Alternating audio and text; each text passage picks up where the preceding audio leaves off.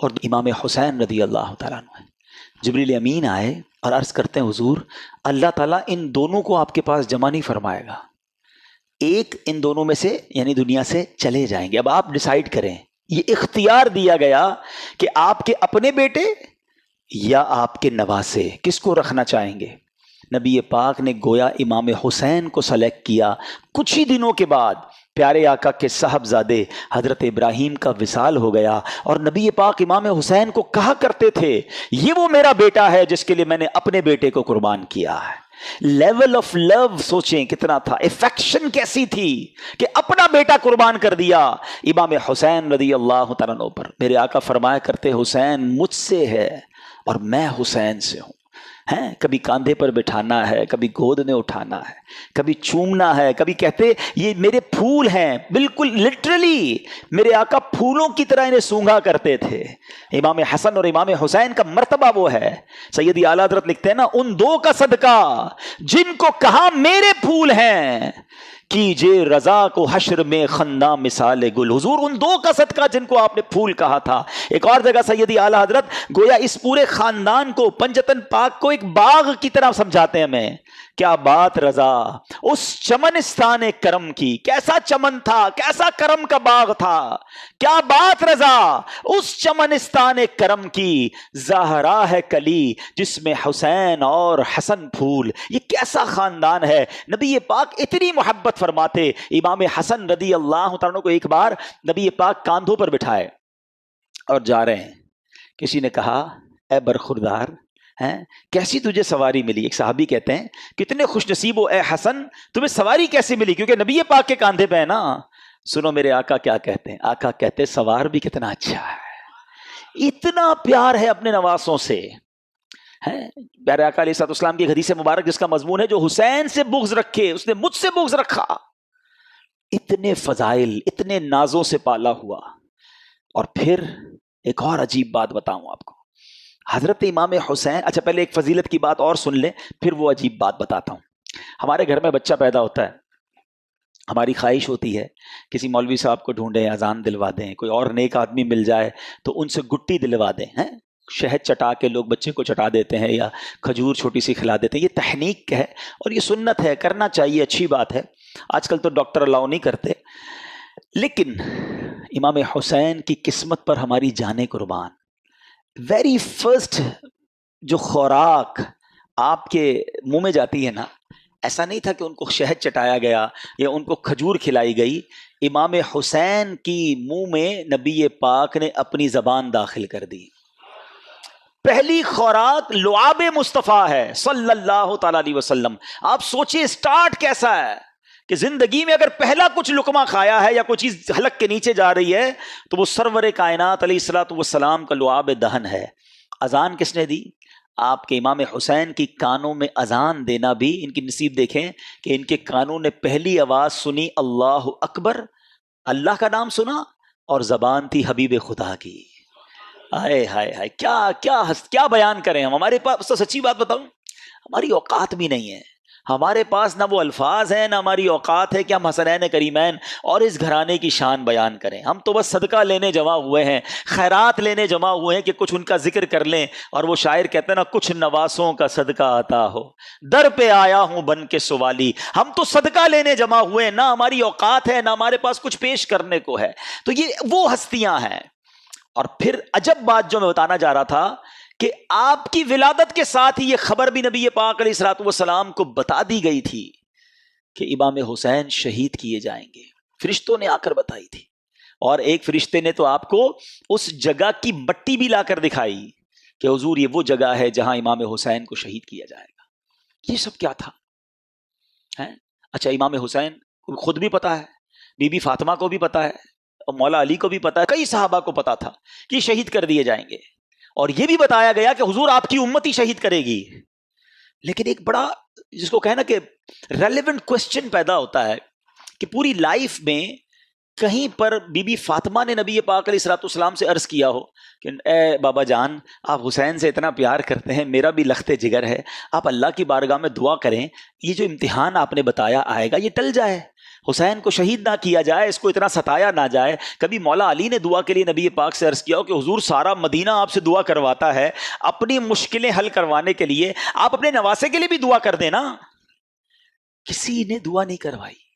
What is the reason behind this? یہ بڑا important question ہے اور یہی سمجھنا ضروری ہے۔ Everybody knows about the incident of Karbala, سب کو معلوم تھا کہ کربلا میں ہونا ہے کچھ، شہید ہونا ہے امام حسین نے، مگر کسی نے دعا نہیں کروائی یا خود کی اس مصیبت کے ٹلنے کے لیے۔ سبحان اللہ، اس کا مطلب یہ ہوا every is prepare for that examination. یہ سب تیار تھے اس امتحان کے لیے، یہ اپنے بچے کو پال رہے تھے شہید ہونے کے لیے۔ یہ ہے نبی پاک کا گھرانہ۔ کہتے نا شاعر، زباں پر شکوے رنجو علم لایا نہیں کرتے، نبی کے نام لیوا غم سے گھبرایا نہیں کرتے۔ اور یہ ہم سب کے لیے لیسن ہے۔ آج میں اپنے بیان میں صرف آپ کو واقعہ کربلا یا اس کربلا کے جو حقائق ہے وہ نہیں بتانے آیا۔ یہ تو کئی بار ہم نے سنے ہیں کہ کیسے لڑائی شروع ہوئی، تو کب پانی بند ہوا، تو پہلا وار کس نے کیا، تو پہلا شہید کون ہوا۔ یہ واقعات ہم سنتے رہتے ہیں، مگر فرق کیا پڑتا ہے میری اور آپ کی زندگی میں؟ ہم امپلیمنٹیشن کیا لے کر جاتے ہیں؟ ہم میں سے کئی وہ ہیں جن کی زندگی میں 40 بار عاشورہ آیا ہوگا، کسی کی زندگی میں 30 بار آیا، کسی کی زندگی میں 50 بار عاشورہ آیا۔ عاشورے کا دن اتنی بار آیا، فرق کیا آیا تمہاری زندگی میں؟ تم نے اپنی زندگی میں کیا سیکھا اس واقعے سے؟ آج ہم کچھ سیکھ کر اٹھے نا، کہ پیغام کیا دیتا ہے کربلا کا میدان، یہ واقعہ سکھاتا کیا ہے مجھے اور آپ کو؟ پہلا میسج یہ سمجھو کہ ہر بندہ تیار تھا امتحان کے لیے، اور آج ہم ہیں کہ چھوٹا سا امتحان آ جائے تو زبان پر شکوہ ہے، شکایات ہیں، کمپلینز ہیں، بس یار بہت پریشان، سر میں درد ہے کہ جاتا نہیں، پیٹ کا درد تڑپاتا رہتا ہے، بس ہر وقت کمر میں درد رہتا ہے، بھائی کاروبار بڑا ہی مندہ ہے، طبیعت میں مزہ نہیں ہے، بس یار پریشان ہوں، پتہ نہیں کیا زندگی کو ہو گیا۔ جس کو دیکھو کمپلینز ہیں، شکر نہیں ہے، اور آزمائش کے لیے پریپیئر بھی نہیں ہے، کیونکہ قرآن نہیں پڑھتے۔ حالانکہ قرآن میں رب عز و جل نے باقاعدہ اناؤنس کر دیا ہے، سورہ بقرہ کی بڑی مشہور آیت ہے، کئی بار سنی ہوگی، وَلَنَبْلُوَنَّكُمْ بِشَيْءٍ مِّنَ الْخَوْفِ وَالْجُوعِ وَنَقْصٍ مِّنَ الْأَمْوَالِ وَالْأَنفُسِ وَالثَّمَرَاتِ وَبَشِّرِ الصَّابِرِينَ الَّذِينَ إِذَا أَصَابَتْهُم مُّصِيبَةٌ قَالُوا إِنَّا لِلَّهِ وَإِنَّا إِلَيْهِ رَاجِعُونَ۔ اچھا، اسی آیت سے پہلے جو آیت جہاں سے سٹارٹ ہوا، یہ ٹاپک سٹارٹ ہوا ہے، تو کیا فرمایا؟ یا ایھا الذین آمنوا استعینوا بالصبر والصلاۃ ان اللہ مع الصابرین۔ پہلے سے قرآن گویا آپ کا مائنڈ سیٹ کر رہا ہے کہ دیکھو اللہ صبر کرنے والوں کے ساتھ ہے، اے ایمان والو مدد طلب کرو نماز سے اور صبر سے، اور پھر کہا اللہ صبر والوں کے ساتھ، اور پھر آگے ٹاپک شروع ہوتا ہے کہ ہم ان قریب تمہیں آزمائیں گے، وَلَنَبْلُوَنَّكُمْ، کن چیزوں سے؟ اچھا لسٹ بھی دے دی قرآن نے، تمہیں بھوک سے آزمائیں گے، غربت آ جائے گی، تمہارے پھل کم ہو جائیں گے، تمہارا مال کم ہو سکتا ہے، تمہیں خوف بھی ہو سکتا ہے دشمن کا، ڈیفیکلٹیز آ سکتی ہیں لائف میں، لیکن پھر آگے کیا کہا؟ وَبَشِّرِ الصَّابِرِينَ، خوشخبری ہے صبر والوں کے لیے۔ جب ان پر مشکل آتی ہے تو کہتے ہیں ہم اللہ ہی کا مال ہیں اور اللہ ہی کی طرف لوٹائے جائیں گے۔ تو اس کا مطلب یہ ہوا کہ ایسا نہیں ہوگا کہ زندگی میں کبھی مجھ پر اور آپ پر کوئی پرابلم نہیں آئے گی، آ چکی، آگے بھی آئیں گی، لیکن قرآن کہتا ہے خوشخبری ہے صبر والوں کے لیے کہ جب پرابلم آتی ہے تو پریپیئر ہوتے ہیں، اللہ کا شکر ادا کرتے ہیں، صبر کرتے ہیں۔ تو کربلا کا میدان، کربلا کا یہ انسیڈنٹ صبر کا درس دیتا ہے۔ آج سے نیت کریں کہ مشکلوں پر بے صبری نہیں بلکہ صبر کا دامن تھامیں گے، اللہ کی رضا پر راضی رہیں گے۔ اب آگے چلتے ہیں۔ یہ کربلا کا جب واقعہ ہوتا ہے تو امام حسین رضی اللہ تعالیٰ کو تو دھوکے سے بلایا گیا نا، آپ تو لڑنے تو گئے نہیں تھے، لڑنے کے لیے کون بچوں کو اور فیملی کو لے کے جاتا ہے؟ آپ کو تو باقاعدہ معزز مہمان کے طور پر بلایا گیا تھا کہ حضور آپ آئیں اور آ کر ہمیں بچائیں، ہم یزید کی بیعت نہیں کرنا چاہتے، ہم آپ کی بیعت کرنا چاہتے ہیں۔ اور آپ پر چونکہ اتنے خطوط آ گئے، اتنی ریکویسٹ آ گئی کہ شرن آپ پر ضروری ہو گیا کہ اگر آپ نہ جاتے، کچھ لوگ کہتے نہیں جانا چاہیے تھا، اگر امام حسین نہ جاتے تو وہ کوفے والے قیامت کے دن اللہ کی بارگاہ میں عرض کرتے کہ مولا ہم نے تو امام کو بلایا تھا، وہ نہیں آئے، ہم نے مجبوراً یزید کی بیعت کر لی۔ تو امام پر گویا شرعن لازم ہو چکا تھا کہ آپ ان کی بیعت کر لینے کے لیے، ان کی ہدایت کے لیے، کیونکہ وہ بلا رہے تھے، آپ جاتے، اور آپ نے بہت خوبصورت پلان ترتیب دیا، خطوط آ چکے تھے، ایویڈنسز موجود تھے، مگر آپ نے کراس چیک کرنے کے لیے مسلم بن عقیل رضی اللہ تعالیٰ عنہ کو بھیجا کہ آپ جائیے وہاں جا کر پہلے حالات دیکھیے، پھر آپ بتائیں گے تو ہم آ جائیں گے۔ حضرت مسلم بن عقیل پہنچتے ہیں، سب لوگوں نے بڑا ویلکم کیا، ہزاروں لوگوں نے آپ کی بیعت کر لی، اور آپ نے خط لکھ دیا امام حسین کو کہ حضور یہاں تو ایوری تھنگ از اوکے، ہر بندہ آپ کے لیے انتظار میں ہے، آپ آئیے۔ انفارچونیٹلی دیکھیں کہ خط ادھر پہنچتا ہے، امام حسین ادھر روانہ ہوتے ہیں، اور ادھر کوفے والوں نے غداری کی اور وہاں حضرت مسلم بن عقیل سے دھوکہ کیا، آپ کو شہید بھی کر دیا گیا، حضرت مسلم بن عقیل کے بچوں کو بھی شہید کیا گیا، اور حضرت مسلم بن عقیل رضی اللہ عنہ آخری وقت تک کہتے رہے کہ کاش میں وہ خط نہ لکھتا۔ آج کل کا دور تو تھا نہیں کہ کال کر دی جاتی، کوئی ذرا واٹس ایپ کر دیا جاتا، ایک خط پہنچ چکا تھا امام حسین کے پاس کہ جناب ایوری تھنگ از اوکے، آپ ٹریول کر چکے، اور ادھر حضرت مسلم بن عقیل کو شہید کر دیا گیا۔ اب آپ جب کربلا کے قریب پہنچتے ہیں اور آپ کو ریزسٹ کیا جاتا ہے، آپ کو انٹرسپٹ کیا جاتا ہے جو یزیدی لشکر تھا، اب یہ لشکر 22,000 کا لشکر ہے۔ ایک بڑا ریلیونٹ کوسچن ہے کہ 72 لوگ ہیں جن میں بچے بھی ہیں، عورتیں بھی ہیں، ان سے لڑنے کے لیے یا ان کو گرفتار کرنے کے لیے اتنا بڑا لشکر کیوں بھیجا گیا؟ 1,000-2,000 آدمی بھیج دیے جاتے، کیونکہ یہ تو ویل ایکوپڈ بھی نہیں تھے، کیونکہ یہ جنگی ساز و سامان لے کر بھی نہیں گئے تھے، وہ سارے ایکوپڈ تھے، سارے جناب ساز و سامان کے ساتھ آئے تھے۔ تو جواب یہ ملتا ہے کہ وہ جانتے تھے کہ ان کی رگوں میں شیر خدا کا خون ہے، یہ اتنا آسانی سے ہاتھ نہیں آئیں گے، اگر یہ لڑنے پر آ گئے تو 2-4 ہزار تو مسئلہ ہی کوئی نہیں ان کے لیے ہے، تو اس لیے خوف کے عالم میں 22,000 کا لشکر بھیجا گیا۔ یہ کربلا کے اس واقعے سے ایک اور پیغام کیا ملتا ہے؟ پیغام یہ ملتا ہے کہ اس واقعے میں جو امام حسین رضی اللہ تعالیٰ عنہ کے جو قافلے والے تھے، تلواروں کے سائے تھے، دشمنوں کا خوف تھا، مگر سجدے تھے، تلاوت تھی، عبادت تھی، اور ادھر یزیدی لشکر میں ناچ تھے، گانے تھے، رقص و سرور تھا۔ آج ہم سب غور کریں کہ ہماری زندگی حسینی طریقے پر گزر رہی ہے یا یزیدی طریقے پہ گزر رہی؟ میں تو پنجتن کا غلام ہوں، بہت شوق سے پڑھتے ہیں۔ یہ واقعہ کربلا صرف نیاز کھانے کے لیے آیا ہے یا صرف نعرے لگانے کے لیے آیا ہے؟ کچھ سیکھنا نہیں ہے، کچھ عمل نہیں کرنا کہ میں سارا سال یزیدی طریقے پر گزاروں؟ ان کی راتیں رقص و سرور میں گزری، کربلا کے میدان میں بھی، اور ان کی راتیں تلاوت قرآن اور دعاؤں میں گزری۔ میری اور آپ کی راتیں کیسے گزر رہی ہیں؟ فلموں میں، گانوں میں، میوزک میں، اور کہتے ہیں پنجتن کا غلام ہوں۔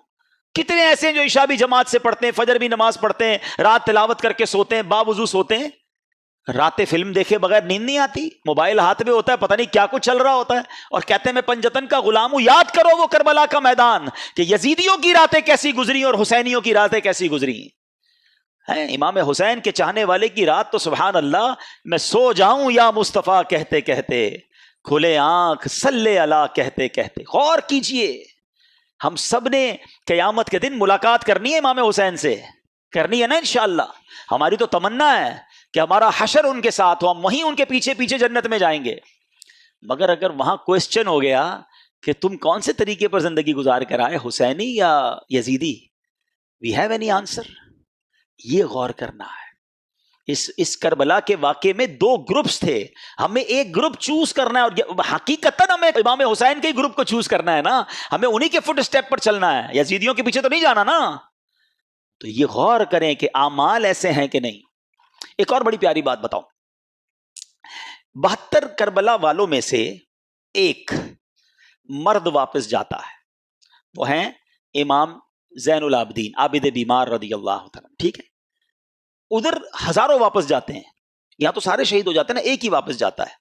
ایک بڑا ریلیونٹ کوسچن ہے، آپ میں سے بہت سارے دنیا کے کئی ملکوں میں گئے ہیں، کہیں کوئی ایک بندہ آپ کو ملا ہے آج تک جس نے یہ کہا ہو کہ میں اس یزیدی لشکر کی اولاد میں سے ہوں، کہ یار امام حسین سے اور ان کے ساتھیوں سے لڑنے گیا نا، میں ان کی اولاد میں سے ہوں؟ آپ کو ایک نہیں ملا ہوگا ایسا، ہزاروں واپس گئے، ان کی نسل کا، ان کی بات کرنے والا کوئی نہیں ہے۔ ایک حضرت عابد بیمار واپس آئے ہیں، آج دنیا کے کونے کونے میں آپ کو حسینی سید ملتے ہیں۔ یہ کیسے ہو گیا؟ ایک مرد واپس آیا اور نسل میں اتنی برکت، سبحان اللہ۔ اس سے کربلا کے اس واقعے سے سیکھنے کو ملا کہ جو چیز اللہ کی راہ میں قربان کی جائے اللہ اس میں برکت ڈال دیتا ہے۔ ہاں، وہ بڑی پیاری بات، بڑا خوبصورت جملہ پڑھا، کربلا کی کہانی بس اتنی سی ہے، یزید تھا حسین ہے، بس وہ ختم. اور امام حسین آج بھی کروڑوں دلوں پر حکومت کرتے ہیں. یزید کا نام لینے والا کوئی نہیں, کوئی اپنے بچے کا نام یزید نہیں رکھتا ہے. اور حسین کا نام رکھنے والے اور ان کا نام سر پر عزت کے ساتھ رکھنے والے اربوں, ہر وہ مسلمان نہیں ہے. ہم تو یہ سمجھیں گے وہ کون سا مسلمان ہے جس کے دل میں امام حسین کی محبت نہیں ہے. اس میں امام حسین تو ہمارے ایمان کا حصہ ہیں.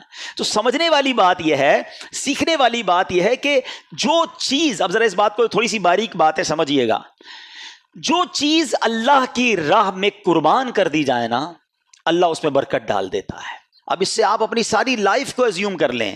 اگر آپ چاہتے ہیں کہ آپ کی صحت میں برکت ہو, آپ اپنی باڈی کو, اپنے جسم کو اللہ کی راہ میں استعمال کریں, نماز پڑھیں, دین کے کام میں یوز کریں, اللہ آپ کی صحت میں برکت ڈال دے گا. آپ چاہتے ہیں آپ کی زبان میں برکت ہو, آپ کے الفاظ مؤثر ہو جائیں, اٹریکٹیو ہو جائیں, آپ اپنی گفتگو میں اللہ رسول کا نام لینا شروع کریں, درود پاک پڑھیں, ذکر اللہ کریں, تلاوت قرآن کریں, لوگوں کو اسلام کی نیکی کی دعوت دیں, اللہ آپ کی گفتگو میں برکت ڈال دے گا. آپ چاہتے ہیں آپ کے مال میں برکت ہو جائے, اللہ کی راہ میں مال خرچ کریں, اللہ آپ کے مال میں برکت ڈال دے گا. آپ چاہتے ہیں اللہ آپ کی اولاد میں برکت ڈال دے, آپ اپنی اولاد کو دین کے کاموں کی طرف لگائیں, اللہ اس میں برکت ڈالے گا, ان کے لیے نصیب اچھے کر دے گا. تو کربلا کا یہ پیغام ہے کہ جس چیز میں تم برکت چاہتے ہو اس چیز کو اللہ کی راہ میں قربان کرو, اللہ اس میں اور برکت ڈال دے گا. اب ایک اور میسج کربلا کا. جب امام حسین رضی اللہ تعالیٰ عنہ کو شہید کیا گیا, امام حسین گویا دنیا سے جاتے ہوئے میسج دے گئے کہ ہم تلواروں کے سائے میں بھی سجدے نہیں چھوڑتے. وہاں نماز قضا نہیں ہوئی. آج تمام حسینیوں کو, تمام پنجتن کے غلام کو, امام حسین کی نیاز بنانے والوں کو میسج ہے کہ کربلا والوں نے اس میدان میں نماز قضا نہیں کی, اور آج تمہاری پلنگ کے اوپر سوتے ہوئے نماز قضا ہو جاتی ہے.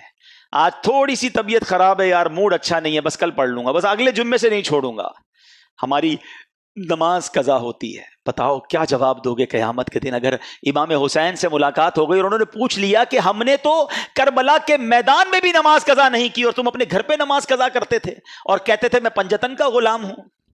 ہوگا کوئی جواب ہمارے پاس؟ آؤ آج کی مبارک رات یہ پکی سچی نیت کر کے جانا ہے کہ ایٹ اینی کاسٹ کچھ بھی ہو جائے آج کے بعد ہماری نماز قضا نہیں ہوگی. اچھا, جب سر انور کو نیزے پر اٹھا لیا گیا نا, ان یزیدیوں نے آپ کے مبارک سر کو نیزے پہ اٹھایا, تو اس وقت اس سر سے بھی تلاوت قرآن کی آواز آ رہی ہے. یہ امام حسین کی کرامت ہے. کیا خوبصورت شاعر امیر اہل سنت کے غالباً شعر آپ فرماتے ہیں, عبادت ہو تو ایسی ہو, تلاوت ہو تو ایسی ہو, سر شبیر تو نیزے پہ بھی قرآن سناتا ہے. یہ بھی پیغام تھا ہمارے امام کا کہ قرآن کتنا اہم ہے. مگر انفارچونیٹلی آج ہماری بہت بڑی تعداد کو صحیح تلفظ کے ساتھ قرآن پڑھنا بھی نہیں آتا.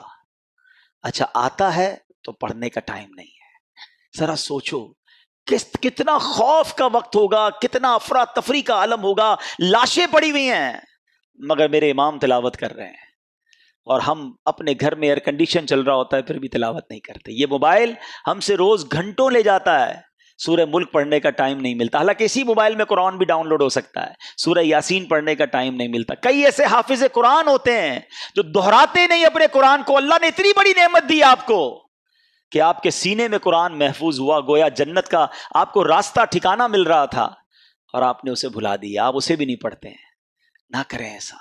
حدیث پاک کا مضمون ہے وہ دل ویران ہے جس میں کچھ قرآن نہیں ہے. ہم سب کے لیے کوسچن ہے کہ میرے دل میں کتنا قرآن ہے, میں کتنا روز قرآن پڑھتا ہوں. آؤ پلیز, یہ پیغام ہے کربلا کا. امام حسین کی روح بھی بہت خوش ہوگی. گفٹ دینا چاہتے ہو نا اپنے امام کو, ہیں ایصال ثواب کرنا چاہتے ہو, لنگر بنا کر, کھچڑا بنا کر اور جناب نیاز بانٹ کر ضرور کریں. مگر اس بار تھوڑا وہ پنجابی میں کہتے ہیں نا, ذرا وکھرا, ذرا ہٹ کے آؤ, ذرا ایصال ثواب بھی کریں کہ کھچڑا ضرور بنائیں, نیاز بھی بنائیں, مگر اس بار نیازی کے ساتھ ساتھ نمازی بن کے ہم امام حسین کو ایصال ثواب کریں. ہیں ہم پہلے نمازی ہیں پھر نیازی ہیں, تو نیت کریں انشاءاللہ کہ اب روزانہ قرآن پڑھیں گے انشاءاللہ. ہاں, یہ عاشورے کا دن ٹرننگ پوائنٹ بنے نا میری زندگی میں, تو فائدہ ہوا نا کہ میں نے کربلا کے انسیڈنٹ سے یہ سیکھا کہ وہ وہاں نہیں چھوڑتے تھے تلاوت میں, یہاں چھوڑ رہا ہوں اور پھر کہتا ہوں پنجتن کا غلام ہوں. پلیز قرآن سے دوستی کر لیں. اب آتے ہیں ایک اور میسج. امام حسین کو ایمفسائز کیا گیا, آپ کو بہت زیادہ پریشرائز کرنے کی کوشش کی گئی کہ آپ یزید کی بیعت کر لیں. ایک ہی تو مطالبہ تھا نا, اچھا آج میں اور آپ مدینے جانے کے لیے کتنا ترستے ہیں. امام حسین تو پیدا ہی مدینے میں ہوئے تھے, پھر بھی مدینہ چھوڑنا پڑا. پہلے مکے آ گئے, 5 مہینے مکے میں رہے آپ تاکہ کوئی کسی طرح معاملہ ٹل جائے, لیکن جب اس کے بعد بھی معاملہ نہیں ٹلا اور کوفیوں کے لیٹر آتے رہے تو پھر آپ کوفہ گئے. مدینہ چھوڑنا پڑا, سب کچھ چھوڑنا پڑا, خاندان چھوڑنا پڑا, پھر شہید بھی ہو گئے. جب اتنا زیادہ برڈن ہونا, یعنی کسی کے سر پر کوئی پسٹول رکھ دے, تو شریعت بہت ساری چیزوں کی اجازت دے دیتی ہے کہ جب جان جانے کا خوف ہو تو کئی ایسے کام جو حرام ہوتے ہیں وہ حلال ہو جاتے ہیں فار دا ٹائم بینگ. اس کی پوری تفصیل ہے.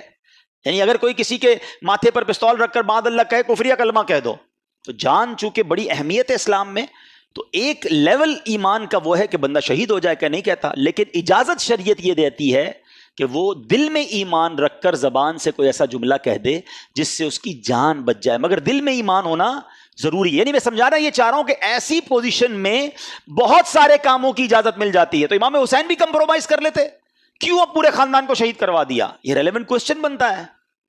مگر میرے امام جانتے تھے کہ اگر آج میں نے کمپرومائز کر لیا نا, تو پھر نانا کی ساری امت کے لیے ایک مثال بن جانی ہے کہ جب حسین کمپرومائز کر سکتے ہیں تو پھر تو ہم بھی کر سکتے ہیں. آپ نے باطل کے آگے سر نہیں جھکایا, سر کٹا دیا, نانا کے دین کو سر بلند کر گئے. یہ میسج ہے ہم سب کے لیے, ان تمام لوگوں کے لیے جو آج چھوٹی چھوٹی باتوں پر کمپرومائز کر رہے ہیں. ارے جناب کیا کریں, پورے سبھی لوگ جھوٹ بولتے ہیں, سچ کا زمانہ نہیں, تھوڑا بہت جھوٹ تو ہم بھی بول لیتے ہیں. کمپرومائز کیا نا, ساری مارکیٹ ملاوٹ کرتی ہے جناب, جھوٹ بول کر کاروبار کرتی ہے. میں نہیں کروں گا تو جناب میرا مال نہیں بکے گا, ہماری مارکیٹ کے لیے کرنا پڑتا ہے. کر لیا کمپرومائز. بچے کی شادی ہے, کیا کریں, پورے خاندان والوں کا رسم و رواج ہے, نہیں کریں گے تو خاندان والے ناراض ہو جائیں گے, ہمیں کنجوس سمجھیں گے, منہ دینا پڑتا ہے جناب خاندان والوں کو. ناچ گانے کر لیے, حرام کام کر لیے, کر لیا کمپرومائز. ارے دوستوں میں بیٹھتا ہوں بھائی, سارے دوست اب تاش کھیلتے ہیں, سارے روز جوا کھیلتے ہیں, اب پتہ نہیں کمپیوٹر پر کیا کیا کر رہے ہوتے ہیں. تھوڑا بہت مجھے بھی پر کمپنی دینی پڑتی ہے ورنہ سب مذاق اڑائیں گے, تھوڑا بہت تو کرنا پڑتا ہے. کر لیا کمپرومائز. یہی تو امتحان تھا تمہارا. وہ کربلا کے میدان میں جان لٹا گئے, کمپرومائز نہیں کیا. لوگ کہتے ہیں ہماری کنٹری میں کرنا پڑتا ہے, کیا کریں, جاب ایسی ہے نماز کا ٹائم نہیں ملتا, کیا کریں, جاب ایسی ہے اس میں روزہ نہیں رکھ سکتے. کچھ لوگ کہتے ہیں جاب ایسی ہے داڑھی نہیں رکھ سکتے. تم کمپرومائز کر رہے ہو چند پیسوں کی خاطر, ہے دنیا کی خاطر. میرے امام نے کربلا کے میدان میں سکھایا تھا کہ باطل کے آگے سر نہیں جھکانا. تم ایک جگہ سے تم یہ سمجھتے ہو کہ یہ جاب چھوٹ جائے گی نماز کے لیے, ارے تم چھوڑ دو ایسی جاب, اللہ تمہیں ایسی 10 اچھی جاب عطا فرما دے گا. ایک در بند ہوگا, اللہ تمہارے لیے 10 در کھول دے گا. ہمت تو لاؤ اپنے اندر. پھر کہتے ہو میں پنجتن کا غلام ہوں, اور ہر بات میں کمپرومائز, ہر چھوٹی بات میں پھسل جاتے ہیں. کیا کریں, چلتا ہے, نہیں چلے گا بھائی. وہ چیز نہیں چل سکتی جس میں میرے اللہ اور اس کے رسول کی ناراضگی ہے, جس میں میں کربلا والوں کے طریقے سے ہٹ رہا ہوں. یزیدی کام کروں اور کہوں میں پنجتن کا غلام ہوں. سیکھو اس بات سے. بریلی کے تاجدار امام اہل سنت کا ایک شعر اللہ کرے دل پر نقش ہو جائے, کہتے کروں مدح اہل دول رضا, پڑے اس بلا میں میری بلا, میں گدا ہوں اپنے کریم کا, میرا دین پارائے نہ نہیں. میرا دین روٹی کا ٹکڑا نہیں ہے تھوڑے پیسوں کے لیے بیچ دوں. اب یہ تمہارا امتحان ہے کہ بہت سارا نفع نظر آ رہا ہے, ایک ڈیل آ رہی ہے جس میں پیسے بہت ہیں مگر ہے حرام, اللہ کی ناراضگی والی ڈیل ہے, فوراً مل جائیں گے پیسے. اب تمہارا امتحان ہے کہ یزیدی ہو یا حسینی ہو.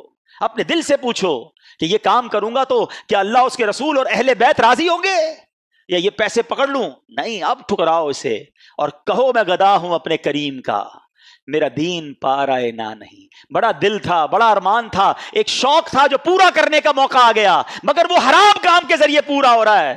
نہیں کرنا, یہی تو تمہارا امتحان ہے نا. یہ کربلا کا پیغام ہے کہ تمہیں وہ کام سے اپنے آپ کو بچانا ہے, کمپرومائز نہیں کرنا ہے, غلط کام کی طرف آگے نہیں بڑھنا ہے. اگر تم واقعی پنجتن کے غلام, خدا را اس بات کو سیکھیے اور اپنی زندگی میں یہ اسٹرانگنس لائیے. آئیں گے ایسے امتحان اور آتے رہتے ہیں. وہی تو امتحان ہے کہ جب تمہارے سامنے حرام آیا اور تم نے اللہ اور اس کے رسول کی رضا کے لیے اسے ٹھکرا دیا. اعلیٰ حضرت فرماتے ہیں نا, انہیں جانا, انہیں مانا, نہ رکھا غیر سے کام, للہ الحمد میں دنیا سے مسلمان گیا. یہ تو ہماری زندگی کا فوکس ہونا چاہیے. فیملی راضی ہو جائے, دوست راضی ہو جائے, خاندان والے راضی ہو جائیں, ارے سیٹ راضی ہو جائے, چھوڑو. پہلے دیکھو اللہ اور اس کا رسول راضی ہے کہ نہیں. وہ راضی ہے تو بس سب ٹھیک ہو جانا ہے. تم سب کو راضی کرنے کے چکر میں اپنے اللہ کے حبیب کو ناراض کر رہے ہو. ایسا نہ کرو. یہ کربلا کا پیغام ہے. میں کچھ اپنی بہنوں سے بھی بات کر لیتا ہوں. کربلا کے میدان میں خیمے لگے ہوئے تھے اور خواتین تھی نا, تو ان خواتین میں جب ان کے سامنے خبریں آ رہی تھی کہ والد بھی شہید ہو گئے, بھائی بھی شہید ہو گئے, شوہر بھی شہید ہو گئے, بچے بھی شہید ہو گئے, تو کوئی خاتون بغیر پردے کے باہر آئیں ہیں, چیختی ہوئی, چلاتی ہوئی, چادر اتار کر. حالانکہ کیسا ماحول ہوگا, گھبراہٹ کیسی ہوگی کہ سارے مرد شہید ہو رہے ہیں, مگر اس کیفیت میں بھی ان کا پردہ باقی تھا.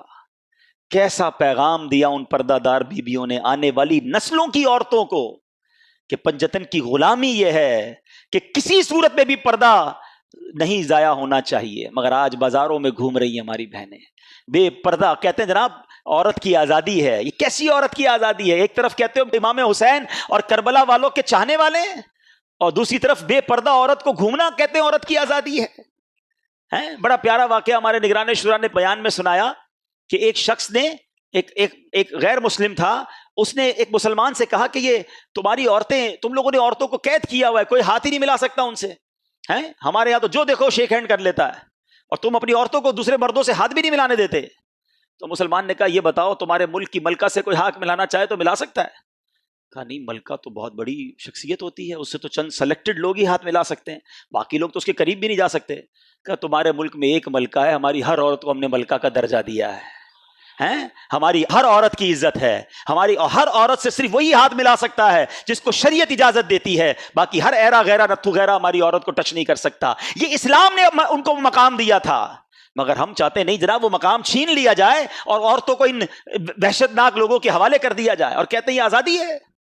خدارا میری بہنیں, میری مائیں, جس پنجتن پاک اور بی بی خاتون جنت کی ہم قریض کہلانا چاہتی ہیں, اب پہلے ڈیسائیڈ کر لینا میری بہنیں کہ کس کی غلامی اختیار کرنی ہے. تو نے جنت بی بی فاطمہ کی, ان کے ساتھ جنت میں جانا ہے یا فلم ایکٹریس کے ساتھ جنت میں جانا ہے؟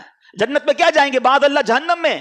خود سوچیں کہ ہم کس کے پیچھے چل رہے ہیں, یہ کدھر لے کے جا رہا ہے معاشرہ ہم کو. کربلا کا یہ پیغام میری بہنوں کے لیے ہے کہ وہ جو بیبیاں تھیں وہ پردہ دار تھیں, آپ بھی پردہ دار رہیں. اور آخری بات, باتیں تو بہت ساری ہیں لیکن وقت کافی ہو گیا, اب آخری بات, امام حسین کی سیرت سے ایک اور بات سیکھنے کو ملتی ہے, کسی پر ظلم کرنا حسینی طریقہ نہیں ہے. اچھا ہم پتہ کیا سمجھتے ہیں, ہم سمجھتے ہیں ظلم جو ہے نا قتل کرنا ہی ہے. میں کہاں ظلم کرتا ہوں, میں نے کب کسی کو قتل کیا, کسی کی ٹانگیں نہیں توڑی. یہ بھی ایک بڑا عجیب کانسیپٹ ہے. ہاں ظلم صرف کسی کو قتل کرنے, کسی کا سر پھوڑنے اور کسی کو جناب زد و کوب کرنے کا انعام نہیں ہے. ظلم کے بارے میں چند باتیں بتاتا ہوں. آستینیں چڑھائیں, کسی کی طرف لپکے, اس کو ڈرایا, یہ بھی ظلم ہے. کسی کو گھور کر دیکھا, وہ سہم گیا, یہ بھی ظلم ہے. مذاق اڑایا کسی کا, نام رکھتے ہیں نا, ٹھنگنا, کالا, موٹا, چھوٹا, عجیب عجیب نام رکھے ہوئے, یہ بھی ظلم ہے.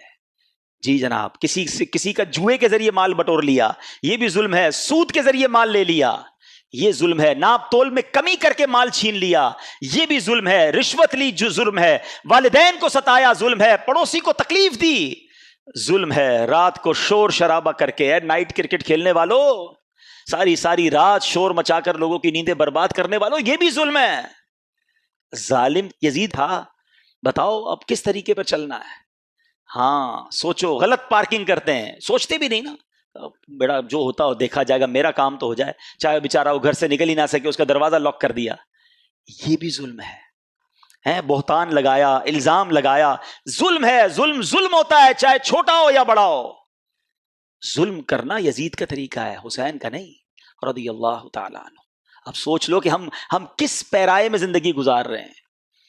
ہمیں اگر کسی کے ساتھ ہم نے یہ ظلم کیے ہوئے ہیں نا, تو ہمیں معافی مانگنی ہوگی, ہمیں تھوڑا سا دل بڑا کرنا ہوگا. ادھر مانگ لو ورنہ ادھر پچھتائیں گے, ادھر کچھ بھی نہیں بن سکے گا. میں آج ایک واقعہ پڑھ رہا تھا, کیا واقعہ ہے, اور اس نے ہلا دیا نا. حالانکہ یہ واقعہ صحابہ کرام کے ساتھ ہوا, مگر دیکھو یہ ہوتی ہے معافی. ہوا یہ, حضرت ابو ذر رضی اللہ تعالیٰ, ان کو ایک صحابی نے دیکھا کہ وہ اپنے غلام کے ساتھ ہیں, ان کے کپڑے بھی ویسے ہی, غلام کے بھی ویسے ہی, کوئی فرق نہیں, بالکل ایک جیسا ہی اسٹائل, کھانا پینا بھی ایک جیسا. تو کہا ابو ذر آپ کیسے کپڑے پہن کے گھوم رہے ہیں؟ کہتے میرے ساتھ ایک واقعہ ہوا، میں خلاصہ عرض کر رہا ہوں، ویسے بخاری شریف میں یہ حدیث موجود ہے اور پھر اس کی شرح میں علماء نے اور بھی بہت کچھ لکھا۔ کہتے ہیں میرے ساتھ ایک واقعہ یہ ہوا کہ میں نے حضرت بلال رضی اللہ تعالیٰ عنہ کو کوئی بات چیت ہوئی ہوگی تو کہہ دیا کہ اے کالی ماں کے بیٹے، کیونکہ آپ بلیک تھے، آپ افریقن تھے، غلام تھے، کسی بات پہ انہوں نے کہہ دیا۔ حضرت بلال کو بہت زیادہ دکھ ہوا، وہ پہنچ گئے نبی پاک علیہ السلام کے پاس، کہا حضور حضرت ابو ذر نے مجھے ایسا کہا ہے۔ پیارے آقا علیہ السلام نے حضرت ابو ذر سے صرف یہ فرمایا کہ لگتا ہے ابھی تک تمہارے اندر وہ جہالت کے زمانے کی کچھ چیزیں باقی ہیں۔ خلاصہ عرض کر رہا ہوں، حضرت ابو ذر رونے لگے، اتنا روئے، اتنے پریشان ہوئے کہ باہر گئے اور حضرت بلال سے کہا بلال جب تک تم میرے منہ پر اپنا پیر نہیں رکھو گے میں سمجھوں گا مجھے معافی نہیں ملی ہے۔ یہ کیسی معافی تھی، یہ کیسی ندامت تھی۔ اور اس کے بعد نبی پاک علیہ السلام نے کچھ اس طرح فرمایا کہ غلام تمہارے بھائی بہنوں کی طرح، ان کو اپنی طرح ہی رکھو۔ تو کہتے ہیں اس دن سے اب میں اپنے غلاموں جیسا ہی لباس پہنتا ہوں، ان کے ساتھ ہی کھاتا ہوں، ان جیسی لائف اسٹائل گزارتا ہوں۔ یہ جگرا تھا نا کہ اگر غلطی ہوئی تو فوراً معافی بھی کیسی مانگی۔ آج ہمارے دوستوں کو، غریبوں کو جو جی چاہتا ہے کہہ کے گزر جاتے ہیں، ارے یار کوئی بات نہیں، چلتا ہے، اس کا تو ایسا ہی ہے معاملہ ہے، کیا کر لے گا، نوکر ہی ہے نا میرا، غریب ہی ہے بیچارہ، کیا کر لے گا۔ نہیں میرے میٹھے اسلامی بھائی، وہ بھی دل رکھتا ہے۔ حضرت بلال چلے گئے تھے نا نبی پاک کے پاس، وہ اللہ کی بارگاہ میں آج بھی ہاتھ اٹھا کے جا سکتا ہے کہ یا اللہ اس نے میرا دل دکھایا ہے، پھر یاد رکھنا تتر بتر ہو جاؤ گے۔ ہم نے چلتے کاروبار تباہ ہوتے دیکھے ہیں، چلتی صحت ختم ہوتے دیکھی ہے۔ ویسے میں ایک مشورہ دے دیتا ہوں، اگر آپ کو فیل ہو نا کبھی زندگی میں یار everything is going very well, کاروبار بھی ٹھیک تھا، فیملی بھی ٹھیک تھی، عزت بھی بڑی تھی، اچانک ایک ایک کر کے چیزیں ختم ہو رہی ہیں، گھر والوں میں لڑائیاں ہو رہی ہیں، میری صحت خراب ہو رہی ہے، کاروبار بگڑتا جا رہا ہے، کچھ گڑبڑ ہے، تو چیک کر لینا کبھی کہیں کسی کا دل تو نہیں دکھا دیا، کسی کی ہائے تو نہیں لے لی۔ ہاں یہ ایک ہائے جو ہے نا یہ عرش تک جاتی ہے، مظلوم ہاتھ اٹھائے تو اللہ کے عرش تک اس کی پکار جاتی ہے، اور پھر مظلوم کے ساتھ رب ہو جاتا ہے، پھر ظالم کو ٹھکانہ نہیں ملتا۔ ہمیں بعض اوقات تو پتہ بھی نہیں ہوتا ہم ظلم کر رہے ہوتے ہیں۔ میں نے کہا نا یہ ساری باتیں تو ظلم میں کبھی آپ نے کاؤنٹ ہی نہیں کی ہوں گی۔ ہم تو ظالم کہتے ہیں اس کو جو پستول اٹھا کے کسی کو قتل کرتا ہے۔ ارے بھائی پستول کا وار کم تکلیف دیتا ہے جو زبان کا وار تکلیف دیتا ہے۔ عربی کا مقولہ ہے کہ تلوار کا وار تو ابھی بھی انسان سہ سکتا ہے، بعد میں ٹھیک ہو سکتا ہے، زبان کا وار جو ہے نا وہ انسان کو ٹکڑے ٹکڑے کر دیتا ہے، اور کئیوں کی زبان تو ہمیشہ انگارے ہی برساتی ہے۔ تو ہے کربلا والوں سے محبت کرنے والوں، اپنی زبان نرم کرو، اپنی عادتیں نرم کرو، لڑائی جھگڑے اور لوگوں پر ظلم نہیں ہونا چاہیے، اور اگر کہیں ہو گیا ہے نا تو اس واقعے سے سبق حاصل کرو، مانگ لو معافی، بلے تمہارا مرتبہ بڑا ہے، تم سیٹھ ہو وہ نوکر ہے، تم باپ ہو وہ بیٹا ہے، تم چودھری ہو علاقے کے بڑے ہو اور وہ غریب تمہارا پڑوسی رشتہ دار ہے، کوئی بات نہیں، مانگ لو آج معافی، ورنہ قیامت کے دن اگر وہ کھڑا ہو گیا نا اللہ کی بارگاہ میں پھر دینے کو کچھ نہیں ہوگا، پھر ادھر پیسے نہیں نیکیاں دینی پڑیں گی، وہ ہے ہی نہیں ویسے ہمارے پاس۔ تو اللہ کرے کہ آج اس کربلا کے واقعے سے ہم یہ جو میسیجز مل رہے ہیں ہمیں یہ ہم سیکھیں اور اپنی ذات میں امپلیمنٹ کریں۔ اللہ کربلا والوں کی قبروں پر کروڑوں رحمتوں کی بارش نازل فرمائے، ان کے فیوز و برکات سے ہمیں مالا مال فرمائے۔ صلو علی الحبیب صلی اللہ تعالی علی محمد۔ میرے اعمال کی اصلاح